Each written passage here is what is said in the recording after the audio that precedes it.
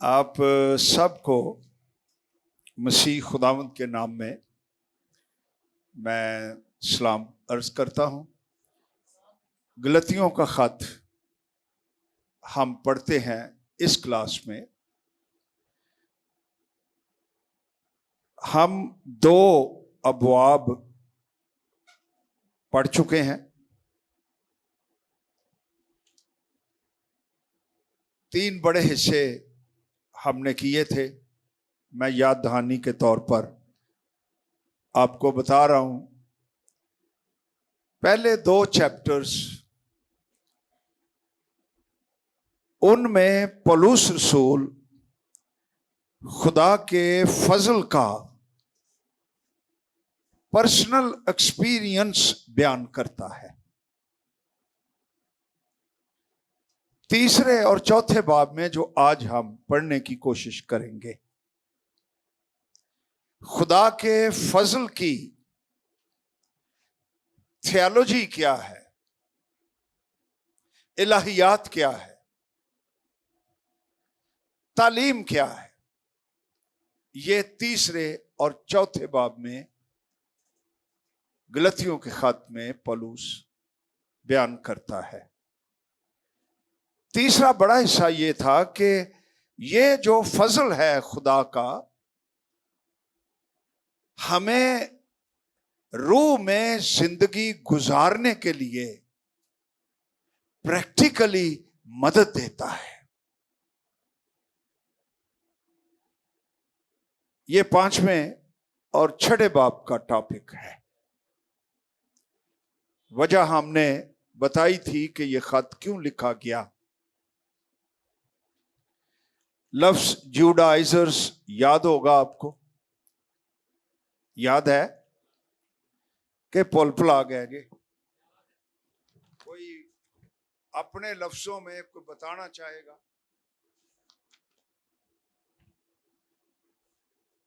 हाँ बेटा,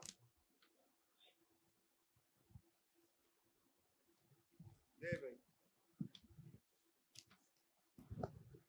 जो जुडाइजर थे वो कहते थे कि ईमान लाने के लिए मूसवी शीयत और खतना जो लाजमी है, हालांकि जो ईमान है उस ईमान ला के हम नजात पा सकते हैं, लेकिन जुडाइजर के मुताबिक खतना और मूसवी शरीयत इम्पोर्टेंट थी, फिर कोई नजात पा सकता है। शाबाश बेटा, बहुत अच्छा जवाब तूने दिया। जुडाइजर्स उर्दू तर्जमे में अमाल की किताब 15वें बाब में उन्हें यहूदिया वाले कहा गया है। वो ये कहते थे कि निजात मसीह पर सिर्फ ईमान लाने से ही नहीं, निजात उस वक्त मिलती है जब आप मसीह पर ईमान भी लाएं, लेकिन साथ यहूदियों की शरीयत पर अमल भी करें, मूसवी शरीयत पर चले, खतना कराएं, मजहब को उसके ऊपर चलें। तो पौलुस रसूल ने कहा नो, हर गुनाहगार को नजात यीशु मसीह के कफारे पर, कि वो हमारे लिए सलीब पर चढ़ गया, गुनाह बन गया, हमारी अदालत सही, और उसने कहा तमाम हुआ।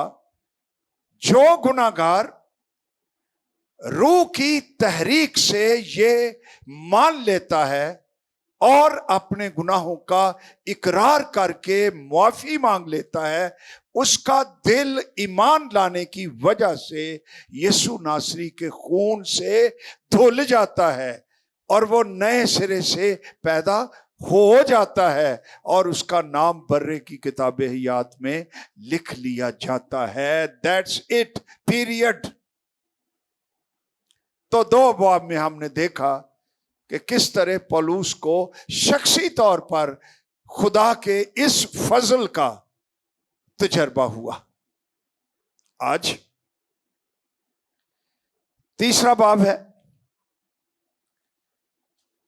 अब रसूल उसी थीम को जारी तो रखे हुए हैं, लेकिन वो खासा उसका आगाज तीसरे चैप्टर का इमोशनल है। और अगर आप दूसरे बाब की 21 आयत भी पढ़ लें तो वहां लिखा है कि मैं, जी हवाला आपके सामने है, यार को हाँ ना ते करो, शुक्रिया। ਤੁਹਾਡੇ ਕੋਲ ਤੇ ਹਾਂ ਕਰਵਾਉਣੀ ਵੀ ਬੜਾ ਮੁਸ਼ਕਲ ਹੈ ਭਾਈਆ, ਕਿ गर्मी ने ਇਹੋ ਜਿਹਾ हाल कर छड़िया। दूसरे बाब की 21 आयत कहती है, पौलुस कहता है, मैं खुदा के फजल को, personal experience of God's grace, मैं बेकार नहीं करता, क्योंकि रास्तबाजी यानी खुदा की अदालत से बरी होना, रास्तबाजी का मतलब है। अगर ये रास्तबाजी शरीयत के वसीले से मिलती तो मसीह का मरना अबस होता, फिर मसीह क्यों मरिया। तीसरे बाब की पहली आयत से तहम्मुल से पढ़ भी लीजिए, समझ भी लीजिए। एक एक आयत शायद हम खत्म ना कर पाए बिकॉज ऑफ द टाइम। ए नादान गलतियों,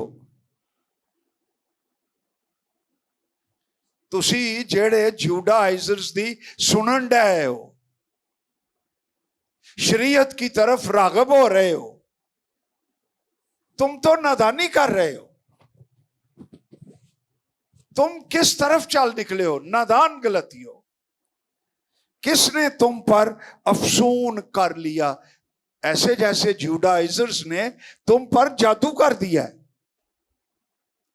तुम्हारी तो गोया आंखों के सामने, गोया यीशु मसीह सलीब पर दिखाया गया, यानी अभी कल ही की बात है।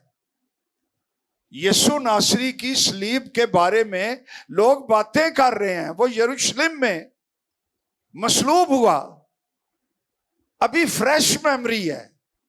तुम ईमान लाए, तुम्हें निजात मिल गई, अब ईमान को छोड़कर अमाल की तरफ जा रहे हो, मूसा की शरीयत की तरफ जा रहे हो, गुलामी की तरफ जा रहे हो।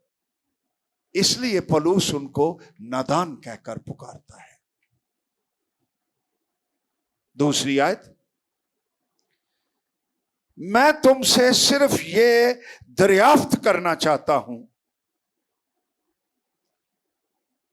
मैनू ये दसो पंजाबी में, तुमने शरीयत के अमाल से रूह को पाया कि तुमने 10 अहकाम पर अमल किया, तुमने कुर्बानियां दी, तुम मौसमी शरीयत पर चले, इस वजह से रूह कुद्स तुम्हें मिला, या ईमान के पैगाम से? चलो बताओ मुझे। तो जाहिर है कि ये तो गैर कौम वाले थे, ये मसीह पर ईमान लाए और इन्हें निजात भी मिली, और रूहुल कुद्स खुदा की तरफ से मोहर लग गई उनकी निजात पर, उनकी रास्तबाजी पर। तो उस वक्त तो तुमने कोई शरीयत पर अमल नहीं किया था, अब तुम मजहब की तरफ किस तरह चल निकले हो, मुझे बताओ। तो ये पौलुस रसूल कह रहे हैं। इस चैप्टर में और 6 बाब तक रूहुल कुद्स की थीम मेन थीम है। आओ देखो, यहां भी रूह की बात है, अगली आयत में भी, तीसरी आयत में भी। क्या तुम ऐसे नादान हो कि रूह के तौर पर शुरू करके, आगाज तो तुमने रूह की तहरीक से किया, रूहुल कुद्स तुम पर नाज़िल हुआ, अब तुम जिस्म के तौर पर काम पूरा करना चाहते हो, तो ये नादानी हुई ना। यहां भी रूह की बात है, 5वीं आयत में भी रूह की बात है। देखते जाओ मेरे साथ साथ। बस जो तुम्हें रूह बख्शता है, तुम में मोजज़े जाहिर करता है, क्या वो शरीयत के अमाल से ऐसा करता है या ईमान के पैगाम से? तो रूहुल कुद्स तो खुदा देता है, उसने तुम्हें ईमान से दे दिया, मोहर ही कर दी है तुम्हारी रास्तबाजी पर। तो अब तुम इसको कैसे झुठला रहे हो और मजहब प्रस्ती की तरफ जा रहे हो? आओ हवाले देख लो जो रूह की बाबत है। ये 2 हवाले हो गए। तीसरा हवाला 14वीं आयत में है। वहां लिखा है ताकि मसीह यीशु में अब्राहम की बरकत गैर कौमों तक भी पहुंचे और हम ईमान के वसीले से, अगेन ईमान, उस रूह को हासिल करें जिसका वादा हुआ है। रूह तो तुम्हें ईमान से मिल रही है। अब्राहम की बरकत में रूहुल कुद्स की मामूरी भी शामिल है, निजात भी शामिल है, पाक जिंदगी भी शामिल है, मसीह की फतह भी शामिल है। तो जो अब्राहम था, ये ऊपर लिखा हुआ है कि उसको तो ईमान से रास्तबाज ठहराया गया था। तो रसूल कहता है जो ईमान वाले हैं, जो मसीह पर ईमान लाते हैं, वही अब्राहम के फरजंद है, अमाल वाले नहीं। ये बात 10 आयत में लिखी हुई है, ऊपर ही 9 भी पढ़ लीजिए। बस जो ईमान वाले हैं, ये पैदाइश की किताब 15 बाब में सारी स्टोरी लिखी हुई है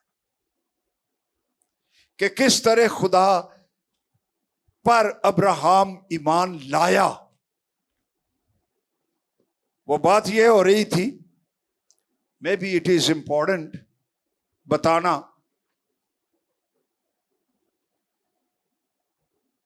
खुदा ने अब्राहम को कहा, पैदाइश 15 बाब है गालबन, देख ले मैं कहीं वाला गलत ना बताता हूं, निकाल लीजिए। खुदा आता है और अब्राहम को कहता है कि मैं तेरा बहुत बड़ा अजर हूं, तू खौफ ना कर। अब्राहम आगे से कहता है, ए खुदावंद तू मुझे क्या देगा, मैं तो बेऔलाद जा रहा हूं, मेरी मिरास का हकदार तो मेरा खादिम, मेरा नौकर गुलाम अली अजर है। खुदा ने कहा इस तंबू चो निकल, ये नेगेटिव टेंट है, कम आउट ऑफ इट। तो खुदा कहता है ऊपर आसमान की तरफ देख, रात का टाइम था। तो अब्राहम बाहर आ गया। आज अब्राहम मेरा, ठीक है, सितारे ही सितारे, सितारों से आसमान भरा हुआ था। खुदावंद उसको कहता है इन सितारों को गिन,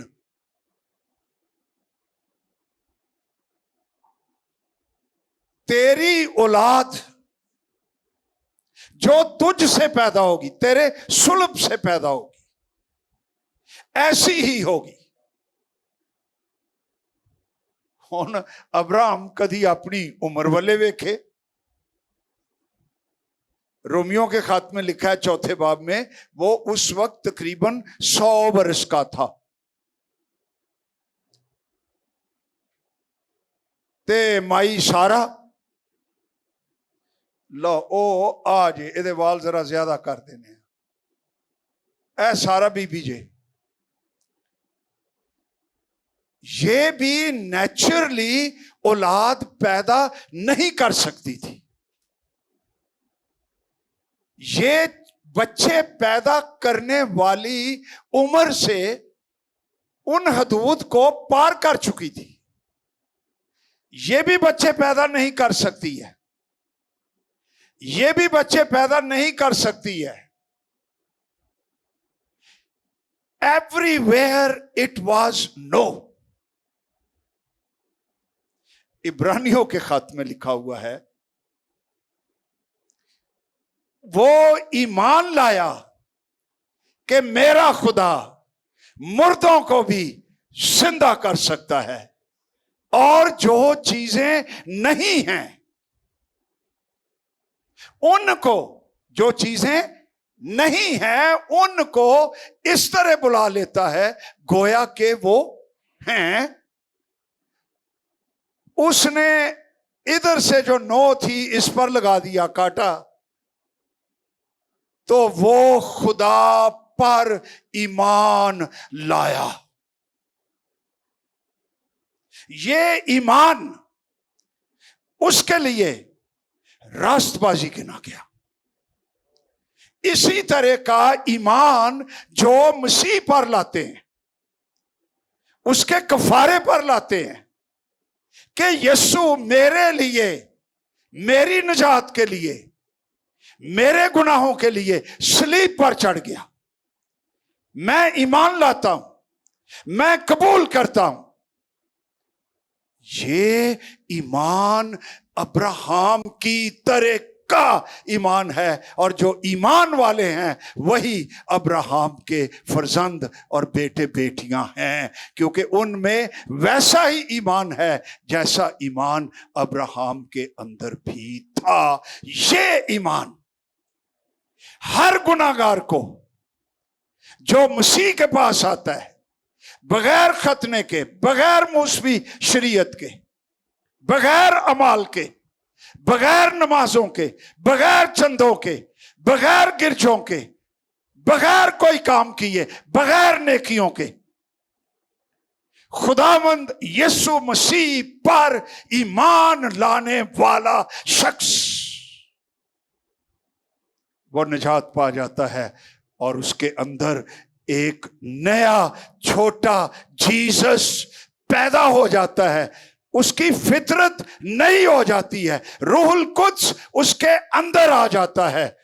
और जब रूहुल कुद्स आ जाता है तो इसका मतलब है उसकी रास्तबाजी पर, जो मसीह पर ईमान लाने की वजह से है, खुदा ने मोहर कर दी है। हालेलुया।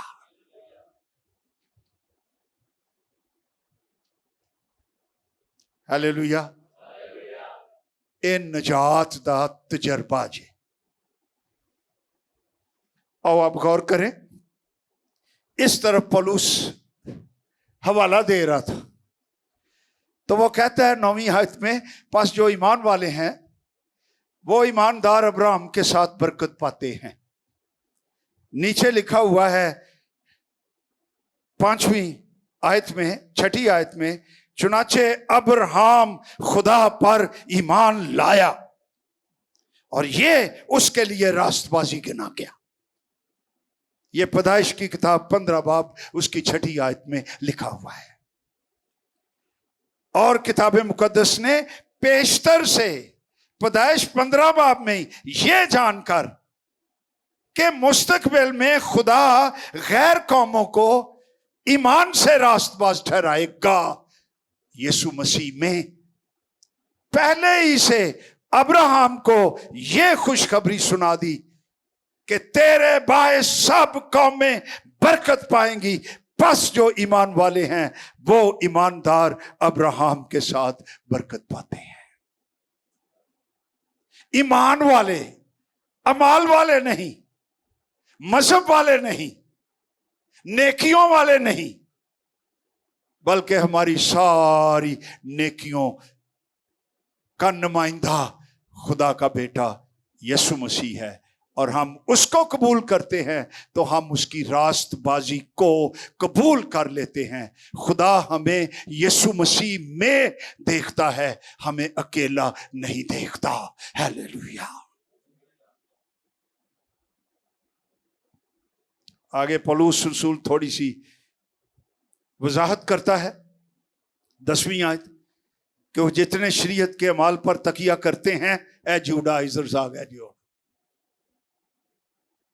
वो सब लानत के मतहत हैं। वो क्यों? इसलिए कि शरीयत कहती है नंबर 1 खुदा को मान, नंबर 2 माँ बाप की इज्जत कर, नंबर 3 सबत को मान, नंबर 4 झूठी को 10 हुक्म देती है। ये शरीयत है, वो ठीक कहती है, लेकिन हम इन अहकाम को तोड़ते हैं। तो लिखा हुआ है कि जो शरीयत को तोड़ता है, पूरा नहीं करता, वो लानती है। इसलिए शरीयत पर चलने वाले खुद को लानत के मातहत ले आते हैं, लेकिन ईमान जो अब्राहम का था और जो आज भी शख्स अब्राहम की तरह मसीह पर ईमान लाता है, वो नेकियों के बगैर ही खुदा के बेटे की तरफ से बरी हो जाता है, खुदा की अदालत से, और निजात पा जाता है। हालेलुया।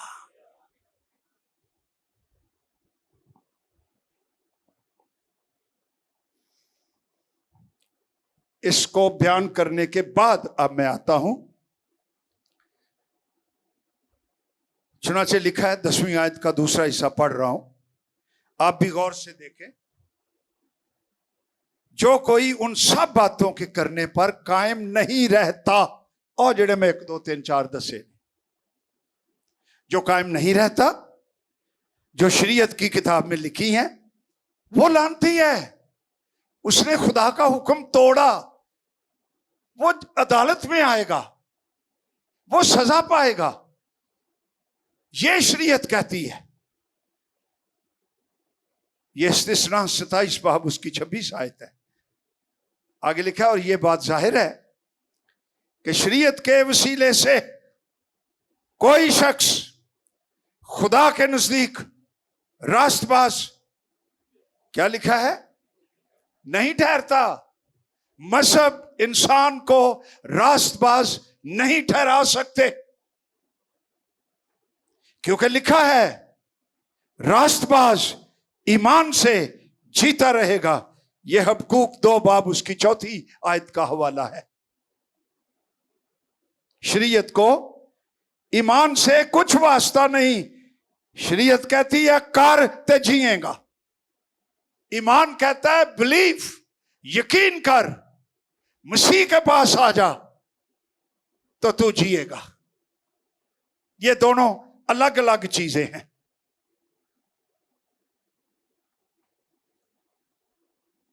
बारहवीं आयत, शरीयत को ईमान से कुछ वास्ता नहीं, बल्कि लिखा है अहबार 18 बाब उसकी 5 आयत में, जिसने इन पर अमल किया वो इनके सबब से जीता रहेगा।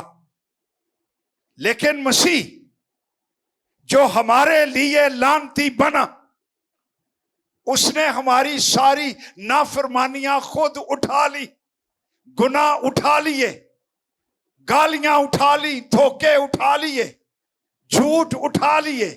वो खुद गुनाह बन गया, खुद लानती बन गया, खुद सलीब पर चला गया। शरीयत कहती है कि जो लकड़ी पर लटकाया गया वो लानती है। यीशु हमारे लिए कि हमें बरकत मिले, हमें निजात मिले, हमें गुनाहों की माफी मिले, वो सलीब पर लटक गया और वो लानती बन गया। और उसने कहा तमाम हुआ। यार व्हाट अ ग्रेस, ये क्या फजल हुआ है इंसान पर कि खुदा ने दुनिया से ऐसी मोहब्बत रखी कि उसने अपना इकलौता बेटा बख्श दिया, ताकि जो कोई उस पर ईमान लाए हलाक ना हो बल्कि हमेशा की। हालेलुया। आओ ऐसे मोहब्बत करने वाले खुदा के लिए जोरदार तालियां। हालेलुया।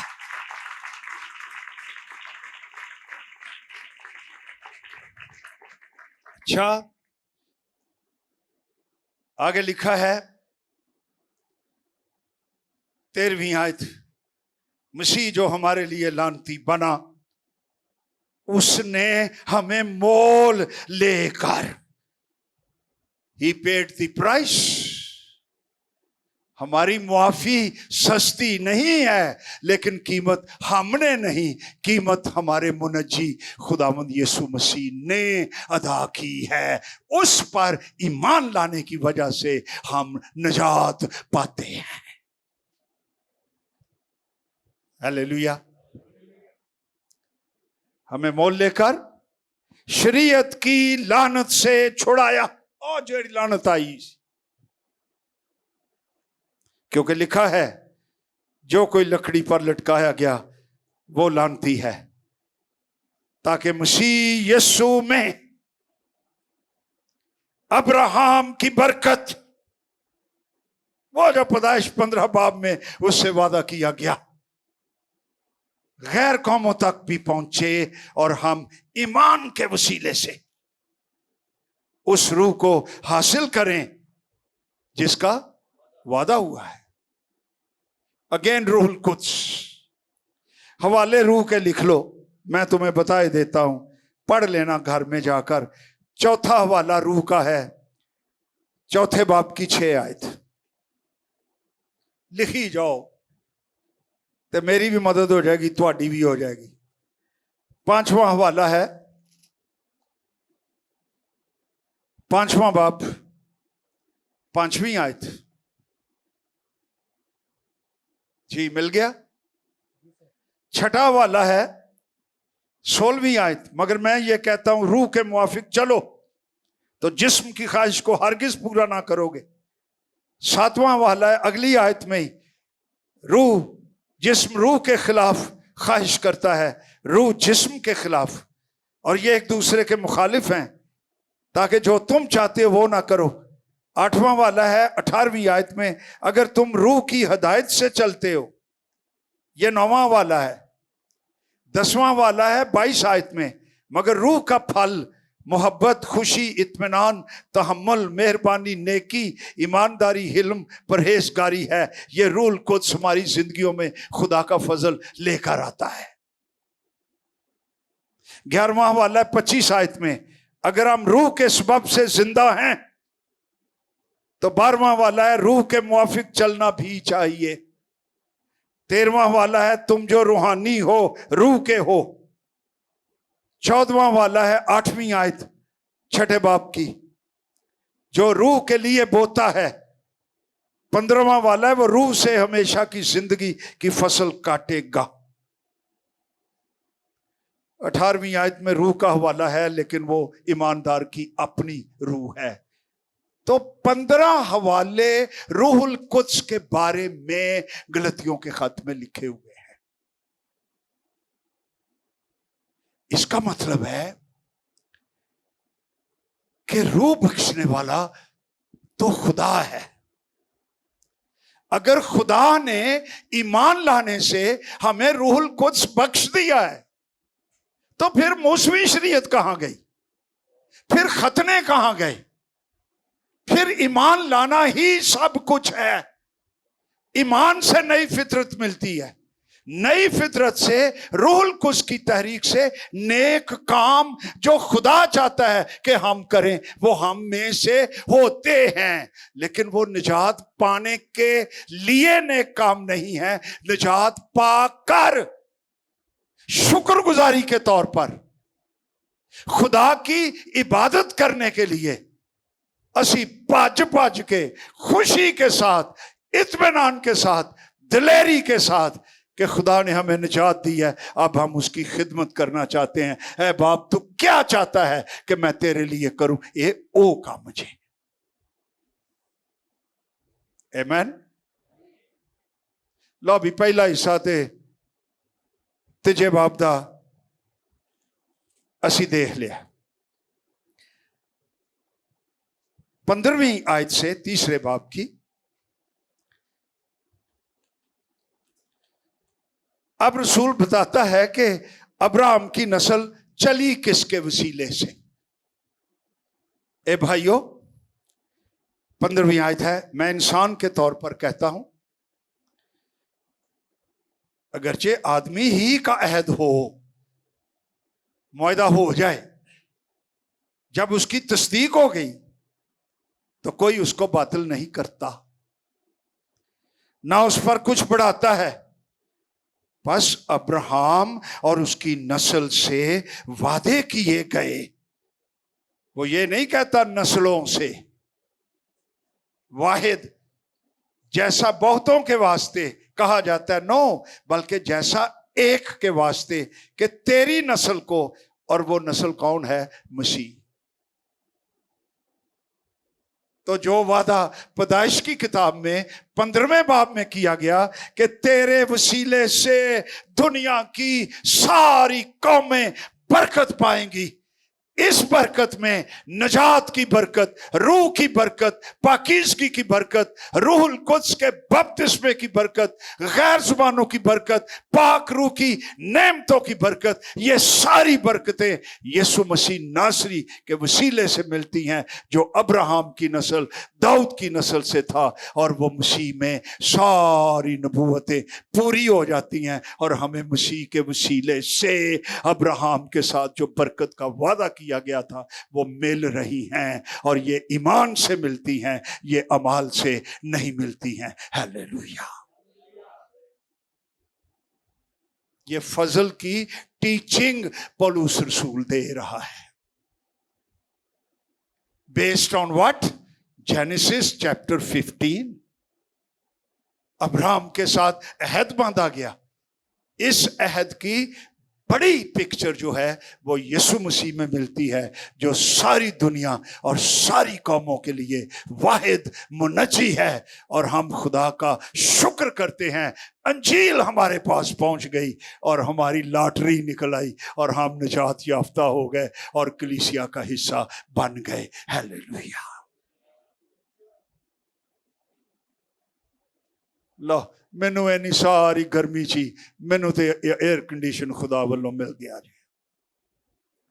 नहीं तो मैं गर्मी च आउन दिया, मैं क्या मुनवर ने की एडी गर्मी च लाता है यार काम। लेकिन खुदा के फजल के लिए शुक्र गुजारी है, उसने कितना रहम हम पर कर रखा है कि आज हम उसके बेटे और बेटियां कहलाते हैं, सिर्फ यीशु मसीह की सलीब की कुदरत से। हालेलुया।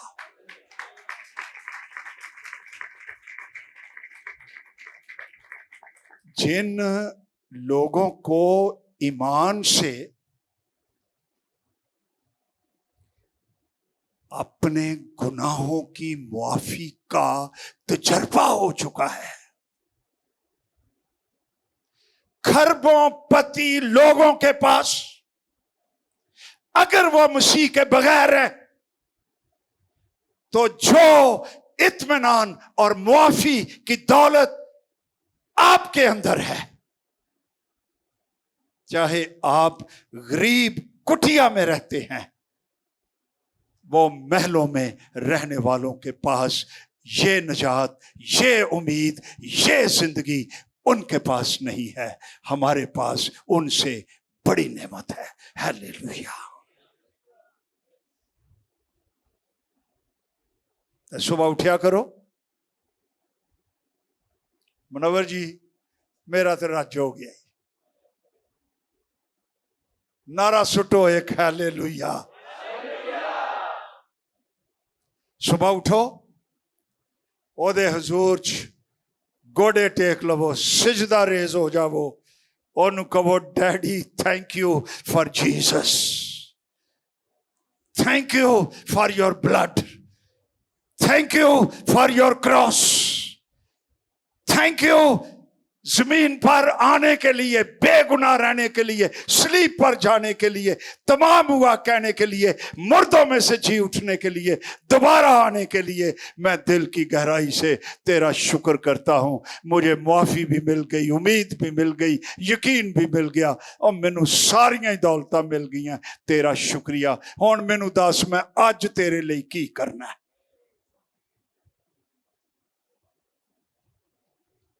हालेलुया।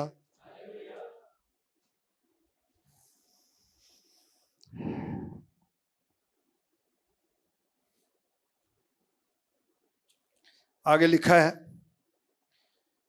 17 आयत में, ये बता कर के वो नस्ल मसीह है। मेरा ये मतलब है कि जिस अहद की खुदा ने वो पहले से तस्दीक कर दी पैदाइश की किताब में, शरीयत तो मिली 4.5 साल बाद, आगे लिखा हुआ है। मेरा यह मतलब है कि जिस अहद की खुदा ने पहले से ही तस्दीक कर दी थी, उसको शरीयत 430 बरस के बाद आकर बातिल नहीं कर सकती। कि वो वादा ला हासिल हो जो अब्राहम से किया गया, वो तो पहले ही हो चुका है। क्योंकि अगर मिरास ईमानदारों की मिरास शरीयत के सबब से मिली है, तो वादे के सबब से फिर ना हुई। ये टीचिंग जे फजल दी, मगर अब्राहम को खुदा ने वादे ही की राह से बख्शी। इथे हाथ रखो ते आओ पढ़ भी लवो कि खुदा ने अब्राहम नु क्या की। पैदाइश की किताब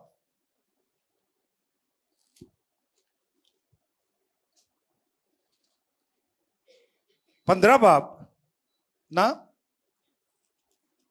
15 बाब च ते भावरी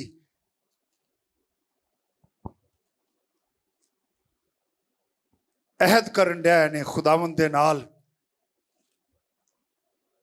12 बाब लिखा है, पैदाइश 12 बाब निकाल लिया जी।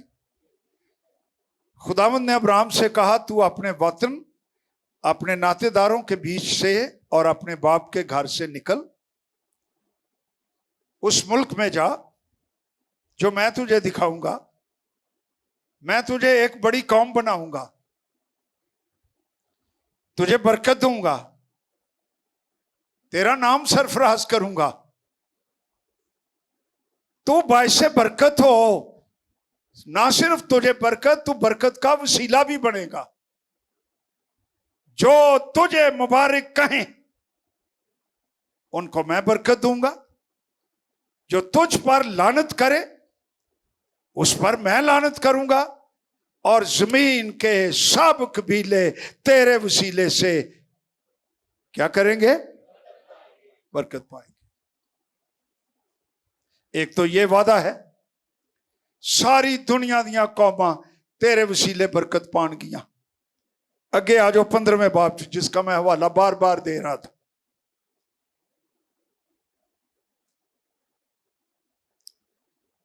जी हवाला मिल गया। खुदा ने अब्राहम को कहा, मत डर, ये पहली आयत में ही है, मैं तेरी सिपर, तेरा बहुत बड़ा अजर। अब्राहम शिकायत करता है, नहीं जी अलीअज़र ही सारा कोई ले जाएगा। चौथी आयत, मेरे साथ ही हो ना? शुक्रिया जनाब जवाब दे लई। तब खुदावंद का कलाम उस पर नाजिल हुआ। उसने फरमाया, ये यानी अलीअज़र तेरा वारिस ना होगा।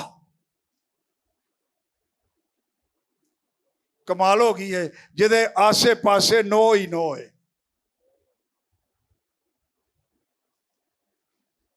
बल्कि वो जो तेरे सुलभ से पैदा होगा, तेरे नफ्स से पैदा होगा, सारा से पैदा होगा। यह भी मौजज़ा ही है। हालेलुया। खुदा दियां गल्लां भी कमाल ही। वो उसको बाहर ले गया। 5वीं आयत, कहा, अब आसमान की तरफ निगाह कर, अगर तू सितारों को गिन सकता है तो गिन। उससे कहा, तेरी औलाद ऐसी ही होगी। 6ठी आयत क्या कहती है? पढ़ो हाँ जरा। वो खुदावंद पर ईमान लाया और इसे यानी इस ईमान को उसने उसके हक में रास्तबाजी शुमार किया। इसी तरह का ईमान जो यीशु मसीह पर लाते हैं निजात के लिए, वो अब्राहम की तरह ईमान वाले हैं और उसकी नस्ल में शामिल हो जाते हैं। हालेलुया। आज उन गलतियों से फिर वापस ये हवाले ने जिन्होंने पौलुस रसूल अपनी थियोलॉजी की बुनियाद बना रहा है। गैलेशियंस चैप्टर 3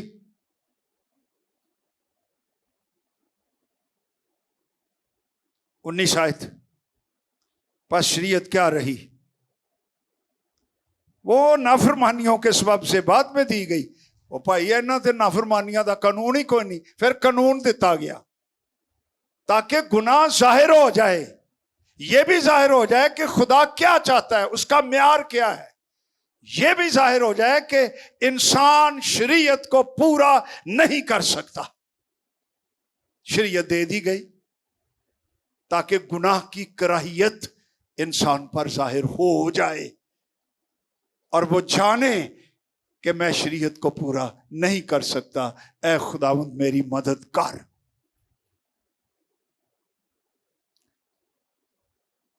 वो नाफरमानियों के सबब से बाद में दी गई कि उस नस्ल के आने तक रहे जिससे वादा किया गया था। और ये चर्च एज है जो मसीह पर ईमान लाएंगे। ये स्पिरिचुअल नस्ल है, इसहाक की तरह नस्ल है, अब्राहम के ईमान वाली नस्ल है। शरीयत जो है वो फरिश्तों के वसीले से एक दरमियानी की मार्फत मुकर्रर की गई। अब दरमियानी एक का नहीं होता, खुदा एक ही है। बस क्या शरीयत खुदा के वादों के खिलाफ है? Not at all. अगर ऐसी शरीयत दी जाती जो जिंदगी बख्श सकती तो अलबत्ता रास्तबाजी शरीयत के सबब से होती, फिर तुम जुडाइजर्स का पीछा कर लेते। मगर किताब मुकद्दस ने सबको गुनाह का मुताहिद कर दिया, सारे दे अगे शीशा रख दिता कि तुम सब के सब गुनाहगार हो और खुदा के जलाल से महरूम हो और तुम्हें एक मुनज्जी की जरूरत है। हालेलुया। ताकि वो वादा जो यीशु मसीह पर ईमान लाने पर मौकूफ है,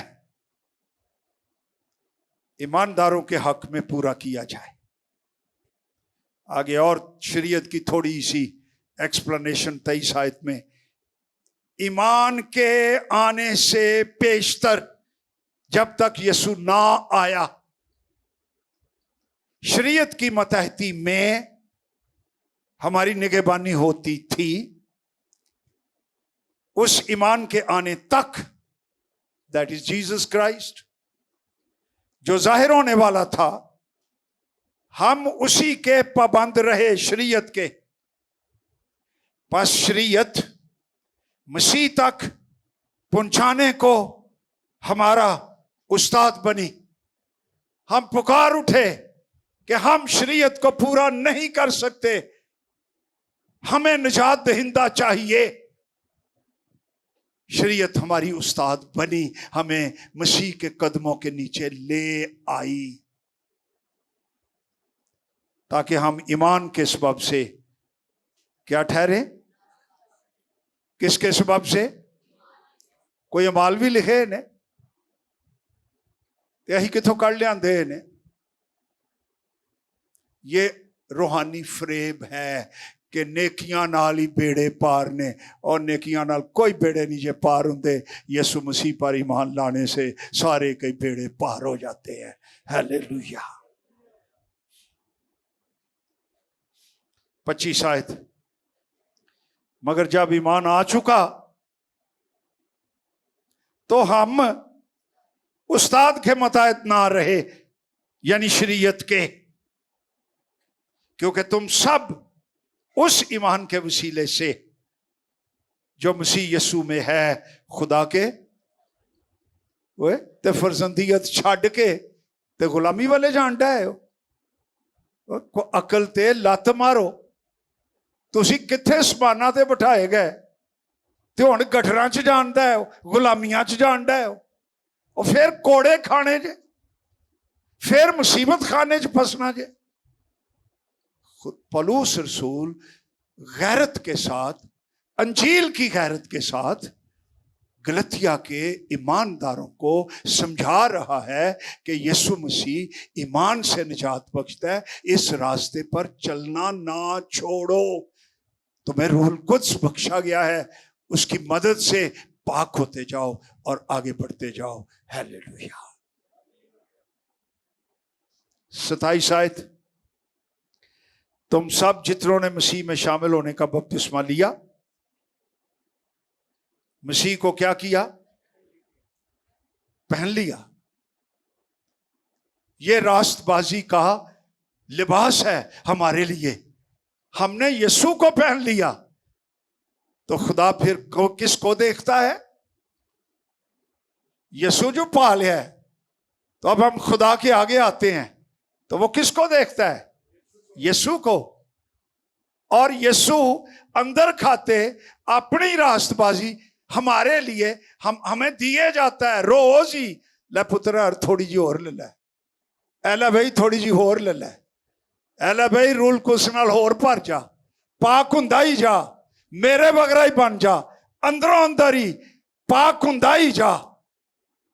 ये खुदावंद की तरफ से रास्तबाजी की गहरी बरकत है। हालेलुया।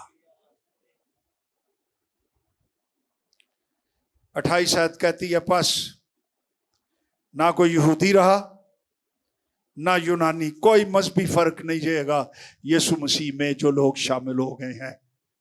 ना कोई गुलाम ना आजाद, कोई सोशल डिफरेंस नहीं, ना कोई मर्द ना कोई औरत, कोई जेंडर डिफरेंस नहीं। तुम सब मसीह यीशु में, जोर नाल बोलो, क्या यूनिटी है, क्या इक्वालिटी है, क्या ब्लेसिंग है। सारी की सारी दीवारें यीशु मसीह नासरी ने तोड़ दी हैं और हमें एक बदन बना दिया है। हालेलुया। 29 वर्ष, अगर तुम मसीह के हो तो किसकी नस्ल हो? और वादे के मुताबिक तुम वारिस हो। आगे चौथे बाब में रसूल कहता है, लेकिन ये जो वारिस है वो जब तक ये बच्चा है, बच्चा पैदा हो जाए कोई खरबापति घर च जिदियां कोठियां ने, महल ने, कारां ने, जहाज ने, ते बच्चा होवे 1.5 साल का, तो क्या वो एंजॉय कर सकता है अपने महलों और कारों और कोठियों को? क्यों भाई? नो, उसको इल्म ही नहीं है। इसी तरह निजात याफ्ता लोग जो अब्राहम की नस्ल है, मसीह में है, निजात याफ्ता है, अगर वो रूहानी तौर पर बच्चे ही रहे, दूध पीते ही रहे, तरक्की ना करें, रूहानी तौर पर बालिग ना हो, मजबूत ना हो, शागिर्द ना बने, मोहब्बत उनके अंदर ना आ जाए, पाकीज़गी में वो तरक्की ना करें, तो उन्हें नहीं पता चलेगा कि आसमान पर हमारी कैसी मिरास है जो लाजवाल है, गैर फानी है, जो अब तक रहती है, जलाल ही जलाल है। हम कितने दौलतमंद हैं इसलिए कि वो वारिस तो है, लेकिन अभी क्या है? बच्चा है। तो पौलुस रसूल कह रहा है, भाई बच्चे ना रहो, मैच्योर हो जाओ, स्पिरिचुअली तालीम की कुदरत से आगे निकल आओ। लो, मेरे पास 5 मिनट है, मैं जरा थोड़ा सा और काम करना चाहता हूं। भाजी 5 मिनट मैं लेट शुरू किया, तो तुहानू 5 मिनट मैं लेट ही देना जी।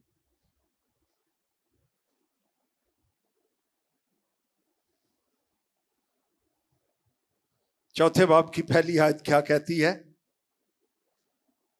लेकिन मैं ये कहता हूं कि वारिस जब तक बच्चा है, वो गर्चे वो सबका मालिक है, उसमें और गुलाम में कुछ फर्क नहीं, बल्कि जो मियाद बाप ने मुकर्रर की उस वक्त तक सरपरस्तों और मुख्तारों, ओए भाई वड्डे अमीर आदमी दे नौकर हुंदे सन, उन्हां दी ड्यूटी लगी हुंदी सी कि मेरी औलाद नूं तुसी अच्छे प्रिंसिपल्स देने ने, उन्हां नूं स्कूल ले जाना है, उन्हां नूं वापस लियाना है, उन्हां नूं तालीम देनी है, उन्हां दी किरदार साजी करनी है, वगैरह वगैरह। ये उस तरफ हवाला है, वो मुख्तारों के इख्तियार में रहता है। इसी तरह हम भी जब बच्चे थे तो दुनियावी इब्तदाई बातों के पाबंद होकर गुलामी की हालत में रहे, लेकिन जब वक्त पूरा हो गया तो खुदा ने अपने बेटे को भेजा। औरत से पैदा हुआ, शरीयत के मुताबिक पैदा हुआ, ताकि शरीयत के मुताबिकों को मोल लेकर छुड़ा ले। फ्री नहीं, यीशु ने कीमत अदा की और हमको लेपालिक होने का दर्जा मिले। की दर्जा मिल गया यार। ये लेपालिक क्या होता है? हैं? और शहर बेटी तू दस। हाँ, अडॉप्टेड क्या होता है? ऐ सुन लवो कुड़ी दी गल। फर्क ये है, हम जब दुनिया में किसी बच्चे को अडॉप्ट करते हैं, हम उसको सब कुछ दे सकते हैं, प्रॉपर्टी भी, जायदाद, खिलौने, अपना नाम, लीगली एवरीथिंग वो हमारे नाम से कहलाएगा, हमारा वो लिखेगा सन ऑफ। लेकिन एक काम हम नहीं कर सकते। याद आ गया कोई काम? वो किसी सूरत हमारा बायोलॉजिकल बेटा या बेटी नहीं हो सकती। हमारे जीन्स उसमें नहीं, हमारा डीएनए उसमें नहीं, हमारा ब्लड उस बच्चे में नहीं। रूहानी अडॉप्शन में फर्क ये है कि हम रूहुल कुद्स की तहरीक से खुदा के गैर फानी तुख्म, ये पहला पत्रस वहां लिखा हुआ है पहले बाब में, अभी वाला पढ़ते हैं। जब एक गुनाहगार तौबा कर रहा होता है, ईमान ला रहा होता है, तो रूहुल कुद्स कलाम को कुदरत में बदल देता है और खुदा की जिंदगी, वेरी लाइफ ऑफ गॉड, खुदा का तुख्म, खुदा के गोया जीन्स एंड गोया डीएनए, रूहुल कुद्स हमारी रूह में मुंतकिल कर देता है और हमारे अंदर हमेशा की जिंदगी, खुदा की जिंदगी, नई पैदाइश, बायोलॉजिकली सो टू स्पीक, हमारे अंदर आ जाती है। मेरी गल समझ गया? आओ वाला कड़ो पहला पत्रस पहला बाब।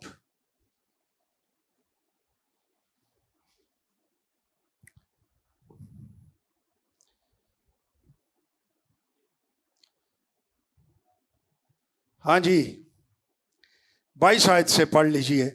ओ बड़े स्वादी वाला जे, केड़ा पढ़ेगा? जिदी आवाज साफ है ते अच्छा बेटा तू पढ़। ना की हूं तेरा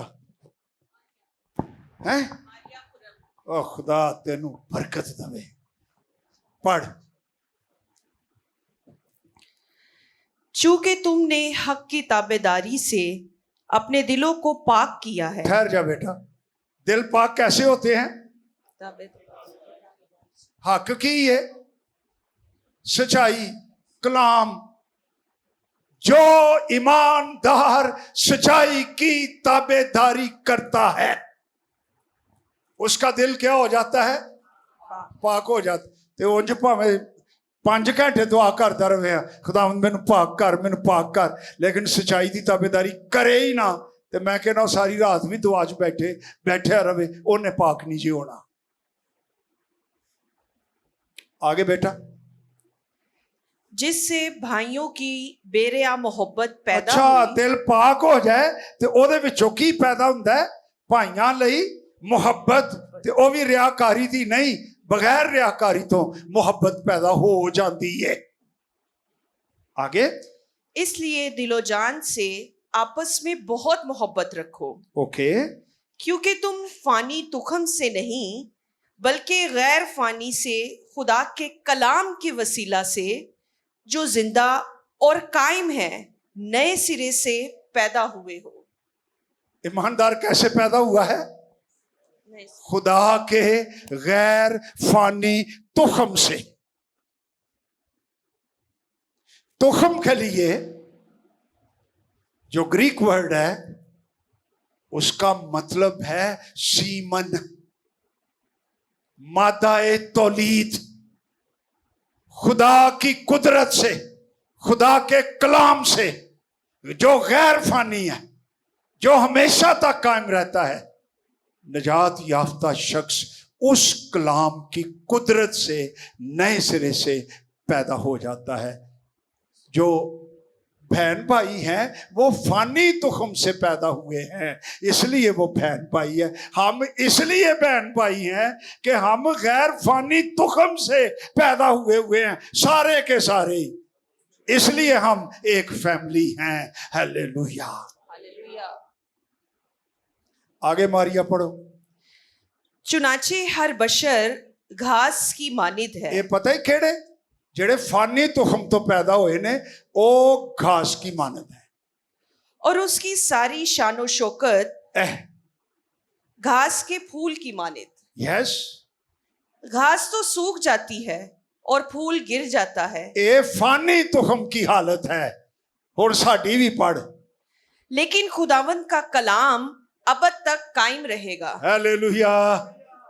जो खुदा के कलाम की कुदरत से पैदा हुए हैं वो हमेशा तक कायम रहेंगे और आसमान पर अब्दियत तक खुदावंद की हुजूरी में, जलाल में कायम रहेंगे। हालेलुया। बस 2 मिनट और तो फिर पारी साहब तुसी आ जाना। अच्छा जनाब, मैं हुण इस तो बाद नहीं जावांगा, माफी जनाब। गलतियों 5 बाब ना 4 बाब। ले पालक होने का दर्जा मिले, क्योंकि तुम बेटे हो इसलिए खुदा ने अपने बेटे का रूह, अगेन रूल कुछ, हमारे दिलों में भेजा, जो अब्बा यानी ऐ बाप कहकर पुकारता है। खुदा नो अब्बा असी कह सकते जी, इसलिए कि हम उसके तुखम से पैदा हो चुके हैं। बस अब तो गुलाम नहीं बल्कि बेटा है, और जब बेटा हुआ तो खुदा के वसीले से ओ ते आओ नचिए ते शुक्र करिए ते ओदी तारीफ करिए। आओ सारे खड़े हो जाओ ते यीशु नु कहो तेरा शुक्र तेरी तारीफ, ते चश्मे वंगर शुक्र गुजारी शुरू कर ही दियो। और पैसे थोड़े भी ने ना जेब च, और ऐस दौलत की वजह नाल ओदी शुक्र गुजारी करनी शुरू कर दियो। आओ सारे शुक्र गुजारी करो, सारे हाथ चुको यीशु नासरी वाले ते ओदा शुक्र करो। चश्मा ही फुट पवे शुक्र गुजारी दा, ओदी कुदरत आ जाए, ओदी जिंदगी आ जाए। हालेलुया।